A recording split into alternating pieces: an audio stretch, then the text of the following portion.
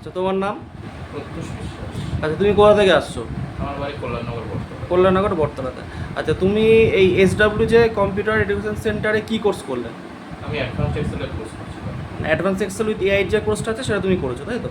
আচ্ছা, ওভারঅল কোর্সটা করতে কি তোমার কোনো অসুবিধা হয়েছে বা প্রবলেম হয়েছে? না, না, না, আমি পুরো সাপোর্ট পেয়েছি স্যার। আচ্ছা আচ্ছা, এমনি শিখতে তুমি পেরেছো, কোনো অসুবিধা হয়নি তো?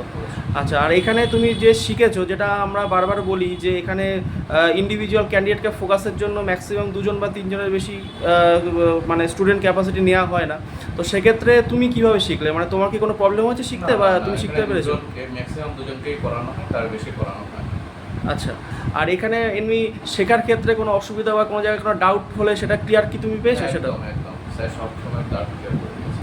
আচ্ছা, আর এমনি নতুন যারা স্টুডেন্ট আসবে তাদের উদ্দেশ্যে তুমি কি বলবে, বা যারা শিখছে? আমি বলবো থেকে আসুন, দেখুন, এখানে শিখে আপনি অন্তত ভালোভাবে শিখতে পারবেন এখানে।